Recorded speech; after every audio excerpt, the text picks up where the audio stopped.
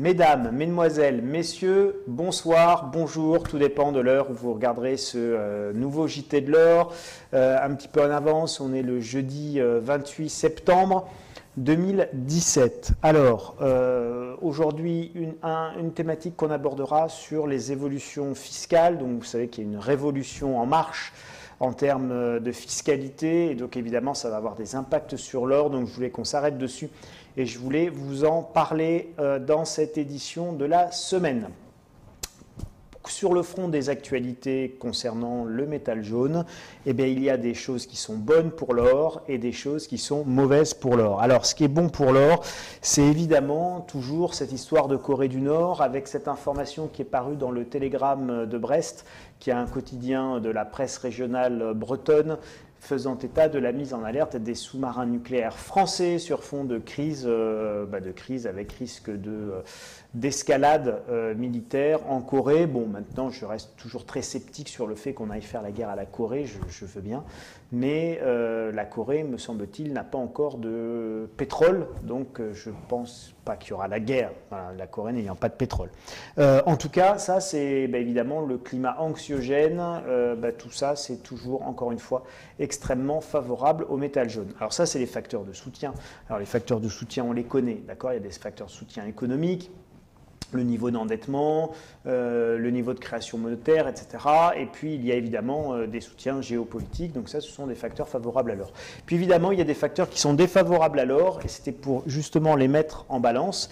Et ça, c'est pas bon pour l'or, c'est la réduction du bilan qui a été annoncée par la Réserve fédérale américaine, qui est évidemment la banque centrale américaine, et c'est elle qui gère la monnaie. Donc quand on réduit le bilan, eh bien, qu'est-ce qu'on fait? Quelque part, on réduit le nombre de quantités de monnaie en circulation.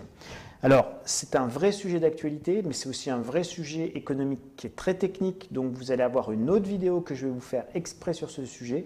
C'est une réduction de bilan de banque centrale. Ça veut dire quoi? Et ça va être le thème de la vidéo de l'écho par le prof de la semaine. Donc, ceux qui veulent en savoir plus sur c'est quoi une réduction de bilan de banque centrale, ça veut dire quoi, ça signifie quoi, ça fonctionne comment, eh bien, je vous invite à regarder la vidéo de l'écho par le prof. Sujet suivant, eh bien, le sujet suivant, c'est tout simplement l'évolution du cours de l'or. Et on voit clairement que dans l'évolution du cours de l'or, on est vraiment en plein milieu de ce canal, on est plutôt dans le milieu de ce canal, dans une tendance qui est clairement orientée à la baisse. On va sans doute venir se reposer sur le support des 1250 $ l'once avant de pouvoir entamer un rebond. Voilà en tout cas ce que nous dit une analyse technique rapide et assez simple. Voilà, on oscille dans ce canal, ce qu'on appelle quasiment même des canaux de trading, c'est-à-dire en gros vous vendez là, vous rachetez là, vous rachetez là, vous revendez là.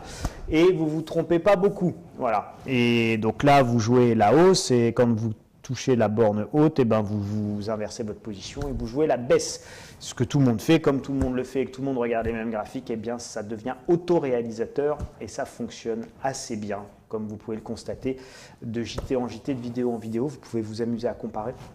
Globalement, on voit bien ces évolutions et c'est intéressant de regarder ça justement dans le temps. Donc plutôt l'or orienté à la baisse, eh bien c'est évidemment aidé, ou en tout cas ça permet d'avoir, on a la réduction de bilan de la Réserve fédérale américaine. Ça permet vraiment de justifier cette baisse actuelle. On va passer à notre thème de la semaine qui est la fiscalité de l'or. Donc vous savez que la fiscalité est en train de changer, elle change même de manière importante, c'est ce que j'explique très régulièrement dans mes articles d'Insolentiae. En gros, c'est quoi la logique? La logique, c'est de fiscaliser ce qui n'est pas délocalisable et ce qui n'est pas productif. D'accord? Donc on fiscalise ce qui n'est pas délocalisable et ce qui n'est pas productif, donc typiquement l'immobilier qui est considéré par le gouvernement. Je ne vous dis pas c'est bien, c'est mal, je ne suis pas en train de dire de prendre parti là, hein, je vous dis juste, dans la logique gouvernementale, on fiscalise ce qu'on ne peut pas délocaliser et ce qui n'est pas considéré comme productif. L'immobilier, ce n'est pas considéré comme productif. Vous achetez très très cher un appartement à Paris qui a déjà été construit depuis l'époque du baron Haussmann. Il n'y a pas de construction, ça ne fait pas marcher la construction, ça ne fait pas marcher les industries du BTP. D'accord, le truc, il est construit depuis 3 siècles ou 2 siècles. Donc, il n'y a pas de, c'est considéré dans l'esprit du gouvernement comme quelque chose d'improductif. C'est évidemment non délocalisable. Vous n'allez pas démonter votre immeuble haussmannien, quoique il y a certains châteaux qui peuvent être démontés, mais en tout cas, on ne démonte pas encore en plein Paris les immeubles haussmanniens pour aller les remonter à New York ou au fin fond du Nevada ou de la Chine, donc c'est pas délocalisable. Comme c'est pas délocalisable et que c'est pas productif, eh bien dans la nouvelle philosophie fiscale du gouvernement, ça va être fortement ou plus fortement taxé ou surtaxé, si vous voulez. On va surpondérer la taxation sur ces avoirs-là pour l'alléger sur d'autres qui vont être considérés, eux, comme productifs, donc notamment les entreprises, l'entreprise, etc., etc. Donc je crée une affaire, je crée un business, je crée de l'emploi, bien évidemment, ça c'est considéré comme productif et c'est considéré également comme quelque chose où vous allez devoir prendre du risque, contrairement à l'immobilier où finalement le risque est censé techniquement et théoriquement être limité. Autre élément, je peux délocaliser mon entreprise. Alors c'est à la fois vrai et faux, c'est-à-dire que quand mon entreprise c'est une boucherie, ma boucherie qui est place du Marché dans le 16e arrondissement à Paris, si je la délocalise, d'accord, mais enfin bon, je vais être obligé d'aller m'installer une boucherie en Chine avec le prix du canard laqué et du chien découpé en morceaux chinois au kilo, etc., etc. Donc, c'est à la fois vrai et faux. Vous voyez bien que c'est un petit peu plus complexe que ce genre de résumé, mais en gros, la fiscalité est en train de migrer, effectivement, de ce qui est non délocalisable et non productif, qui va être pénalisé, vers ce qui est productif et délocalisable, qui lui va être privilégié. Donc, mon or dans tout ça, eh ben, l'or c'est très intéressant parce que il y a un autre élément qui rentre en ligne de compte, c'est le patrimoine et donc c'est l'ISF et l'impôt sur la fortune. Et donc l'or désormais va se situer hors ISF puisque l'ISF est supprimé. Alors quand on supprime l'ISF, l'impôt sur la fortune, le gouvernement le remplace par l'IFI, impôt sur la fortune immobilière. En clair, ne vont être taxés plus que les biens immobiliers. Dans l'actif taxable à l'équivalent de l'ISF, qui devient IFI, on retire tout ce qui n'est pas immobilier. On raisonne par élimination, on retire tout ce qui n'est pas immobilier, on ne taxe plus que ce qui est immobilier. Alors, d'ailleurs, aujourd'hui, c'était ce que disait Édouard Philippe, et pour le coup, il n'a pas tort, il disait personne ne va perdre dans cette personne de ceux qui payaient déjà l'ISF ne va perdre dans cette réforme du passage de l'ISF à l'IFI. Évidemment, puisque comment fonctionnait l'ISF? L'ISF, c'était tous les actifs moins tous les passifs, pour vous faire simple. D'accord? Tous mes actifs moins tous mes passifs. En clair, tout ce que j'ai moins tout ce que je dois, c'est-à-dire moins tous mes crédits. J'avais mes appartements, tous mes immeubles, machin, etc., mes maisons, voilà. Résidence première, secondaire, principale, tertiaire, quaternaire, tout ce que vous voulez, le chalet à Megève, à Gstaad, bon, bref. Tous vos actifs d'un côté, mais pas que les actifs immobiliers. Vous rajoutiez aussi toutes vos voitures. Si monsieur a une Ferrari, une Bentley et que madame a 3 Mercedes dans le garage, ça rentrait, la valeur de la voiture rentrait dans votre assiette ISF. De la même manière que rentrer dans votre assiette ISF, un certain nombre si vous aviez des meubles de valeur, le contenu de votre maison, alors moins les œuvres d'art parce qu'il y avait des dispositifs particuliers, vos terres agricoles, moins certains abattements sur certaines choses, etc., etc. Mais tout votre patrimoine devait être listé. Et donc, si vous aviez des lingots d'or, eh bien, les lingots d'or, il fallait les déclarer. Et quand vous aviez des lingots d'or à l'étranger, il fallait les déclarer pour votre ISF. Aujourd'hui, tout ça, ça disparaît. Tout ça, ça disparaît. Et donc, tous les actifs autres qui rentraient dans l'ISF, donc après moins vos passifs, c'est-à-dire tous les prêts ou crédits que vous aviez en cours, tout ça, ça disparaît. Alors d'ailleurs, petite digression, ça veut dire que les crédits in fine n'ont plus strictement aucun intérêt pour mettre du passif dans l'ISF. D'accord? C'est voilà.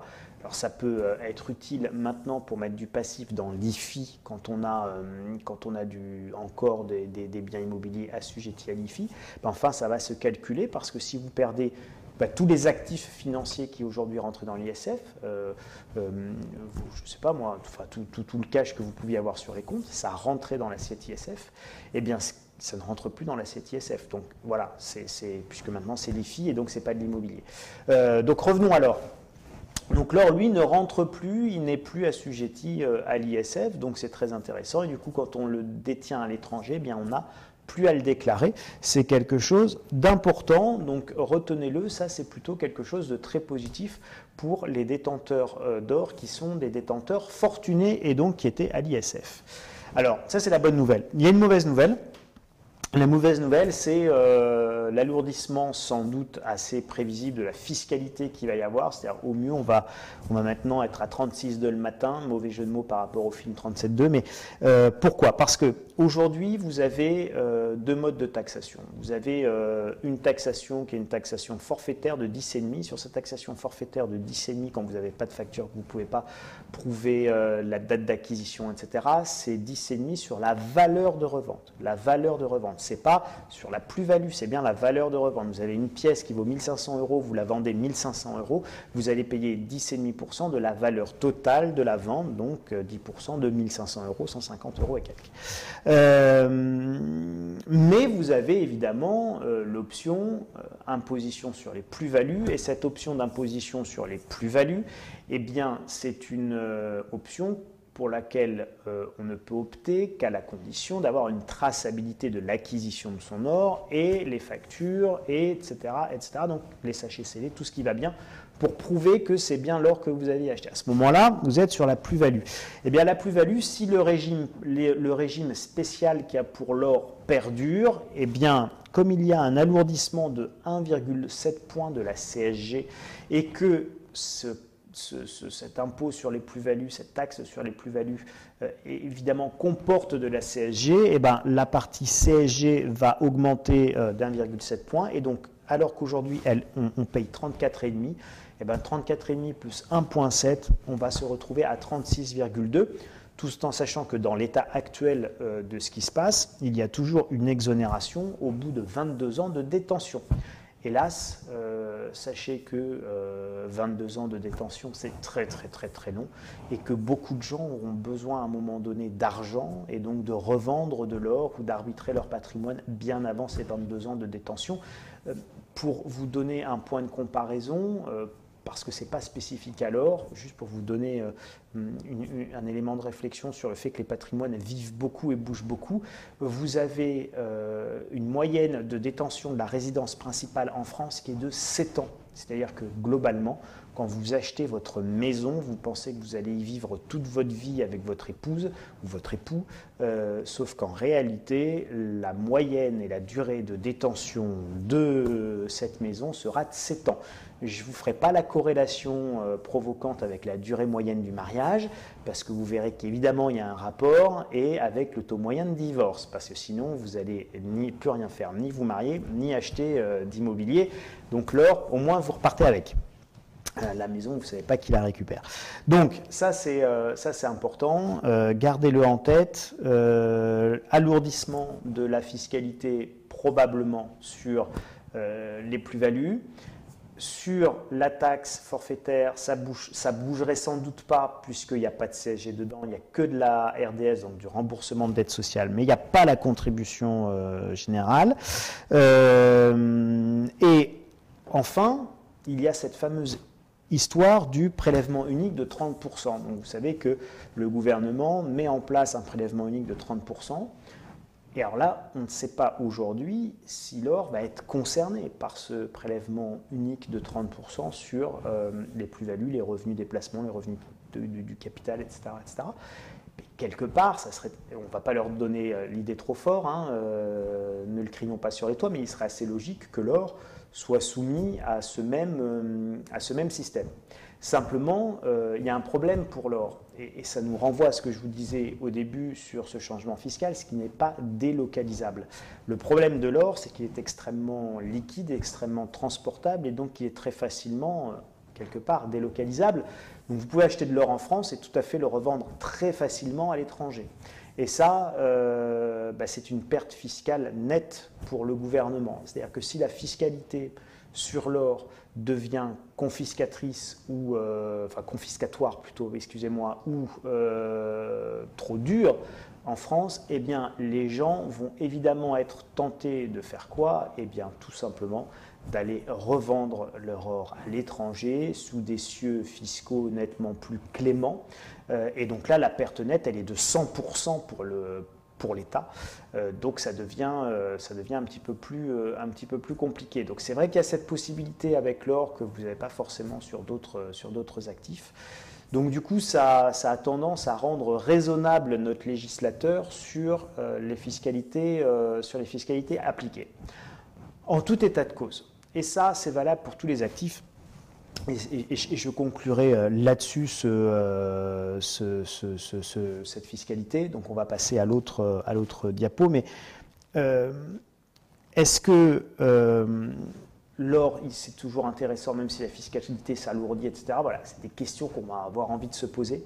Et en fait, ce sont des questions qui sont totalement inutiles intellectuellement. C'est-à-dire qu'on ne fait jamais un placement par rapport à sa fiscalité. On fait un placement parce qu'il est bon en soi. Alors, l'or ne rapporte rien, d'accord? L'or ne rapporte rien parce que l'or, c'est une quasi-monnaie. Donc, on n'achète pas de l'or pour qu'il rapporte quelque chose, on n'achète pas de l'or pour faire une bonne affaire fiscale. On achète de l'or parce que l'or, c'est une alternative à la monnaie actuelle, c'est-à-dire que si vous ne voulez pas de dollars ou si vous ne voulez pas d'euros, qu'est-ce qu'il vous reste? Si vous ne voulez pas de monnaie fiduciaire, la seule chose liquide, et la seule chose qui est une quasi-monnaie, c'est évidemment l'or. D'accord? Ce n'est pas l'immobilier, ce n'est pas la pierre. C'est très bien la pierre, c'est très bien l'immobilier, mais n'oubliez pas que ce sont des actifs tangibles avec des locataires dedans et donc des emmerdes tangibles également. Donc ça s'administre, ça se gère, ça se suit, ça s'entretient. Il faut encaisser les loyers, faire les quittances, etc. L'immobilier, ce n'est pas juste un long fleuve tranquille où j'achète un bien, je le loue très très cher à quelqu'un qui me paye tout le temps et toujours tout se passe très très bien. Ça ne fonctionne pas, hélas, comme ça. Ça pourrait, mais ce n'est pas le cas. Donc, on ne fait pas un investissement, d'ailleurs, qu'il soit immobilier, qu'il soit dans les métaux précieux, qu'il soit dans n'importe quel autre produit financier, vous ne devez jamais le faire pour des raisons fiscales. Parce que dans ce cas-là, vous investissez pas quelque part, vous achetez une réduction fiscale, vous achetez une réduction d'impôt. Et quand on achète une réduction d'impôt, on ne fait pas un placement. On achète une réduction d'impôt. Et j'insiste là-dessus, notamment pour tous ceux qui souffrent, ce qui est bien normal, d'aversion fiscale. Donc tous ceux qui ne veulent pas payer leurs impôts, ils sont prêts à tout pour ne pas payer d'impôts. Et donc ils vont aller se faire coller par exemple des Pinel, qui sont la défiscalisation immobilière actuellement en vigueur en France. Ils vont se faire coller un Pinel, pas parce qu'ils ont besoin d'acheter tel appartement à tel endroit qui correspond à une réflexion économique, à une localisation particulière qui vous convient parce que ce sera là où vous irez prendre votre retraite, etc. etc. Non, celui qui aujourd'hui se fait coller un Pinel à Poissy, il ne va pas aller prendre sa retraite à Poissy dans un T2, d'accord? J'espère qu'en tout cas, il risque de pouvoir prendre sa retraite ailleurs qu'à Poissy dans un T2 au bout de la ligne de RER A, quoi. Bon, il y a peut-être mieux, bon, et il y aura peut-être des projets différents pour cet épargnant. Mais là, celui qui va acheter son T2 à Poissy ou dans un programme neuf au fin fond de périphérie d'une grande ville de province, il achète une réduction fiscale. Il ne fait pas un investissement. Et ça, c'est très important. Vous devez toujours faire un investissement ou un placement parce qu'il est bon en soi. Pas parce qu'il y a une réduction d'impôt. Dans ce cas-là, encore une fois, vous achetez une réduction d'impôt, vous ne faites plus un investissement. Enfin, n'oubliez pas, l'or n'est pas un investissement, l'or est une assurance et l'or sera ce qui restera si un jour tout s'effondre. D'accord? Si un jour toutes les monnaies s'effondrent, il ne restera quoi? Il ne restera que vos actifs tangibles. Donc il vous restera évidemment votre immobilier, vos terres, votre tableau de maître, votre voiture si personne ne vous l'a volé, et puis il y aura votre or si personne vous l'a également piqué. Voilà. Donc si jamais le système économique s'effondre, si jamais les monnaies sont dévaluées, si jamais il se passe des mouvements économiques relativement violents, et on parle par exemple du reset du système monétaire international, et bien s'il y a une réforme, une refonte du système monétaire international, qu'en sera-t-il de la valeur de votre monnaie actuelle? Bien malin celui qui peut répondre à cette question. Ce qui est sûr, c'est que l'or à ce moment-là aura évidemment tout son intérêt. Et donc vous achetez une assurance. L'or, c'est une assurance, donc on ne s'intéresse pas à la fiscalité de l'assurance, parce que la fiscalité, elle va, elle vient, elle est ce qu'elle est, et puis elle est ce qu'elle est aujourd'hui, dans un contexte où les impôts peuvent lever les impôts, où on remplit les formulaires, où on applique les lois, etc. etc. Si demain vous êtes dans un chaos à la crise argentine de 2001, ou comme ce qu'on peut avoir au Zimbabwe, ce genre de choses, il est évident que chacun appliquera des règles de manière, nous dirons pudiquement, assez variable. Voilà. Donc, n'oubliez pas, la fiscalité, elle change. Je vous en tiendrai informé. Normalement, elle va s'alourdir légèrement. Ça ne va évidemment pas remettre en cause quoi que ce soit. D'ailleurs, de manière générale, les grands équilibres ne sont pas remis en cause dans ces changements fiscaux.